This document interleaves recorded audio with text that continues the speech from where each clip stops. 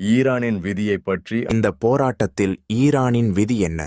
ஈரானின் விதி இமாம் மஹ்தி வரும்போது வெளிப்படும்.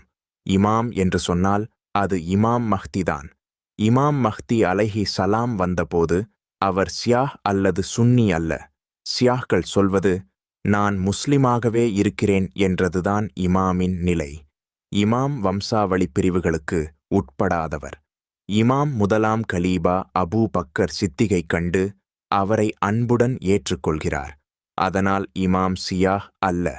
சியாஹ் உலகத்தின் ஒரு பகுதி இமாம் மஹ்தியை ஏற்றுக்கொண்டு சியாஹ்களின் ஒரு முக்கிய நம்பிக்கை சுதந்திரத்திலிருந்து விலக வேண்டியிருக்கும். சியாஹ்கள் நம்புவது முன்னோடி பேரரசின் தலைமையை பொறுத்தது, நபியின் குடும்பத்தில் மட்டுமே வழங்கப்பட்டுள்ளது என்று. இது அவர்களுக்கான நம்பிக்கை அடித்தளம். ஆனால் இமாம் சொல்வார், நீங்கள் தவறு என்று. ஆம், நீங்கள் தவறு.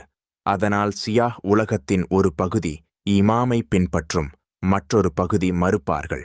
இதுதான் ஈரானின் விதி. சுன்னி உலகத்தின் ஒரு பகுதி இமாம் மஹ்தியை ஏற்று பின்பற்றும்.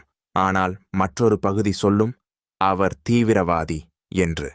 இது மூளை திணிப்பு, பிரெயின் வாஷ் பெற்ற சுன்னி உலகம். அவர்கள் கிப்லா மக்காவில் இல்லை, அவர்கள் கிப்லா வாஷிங்டனில் உள்ளது.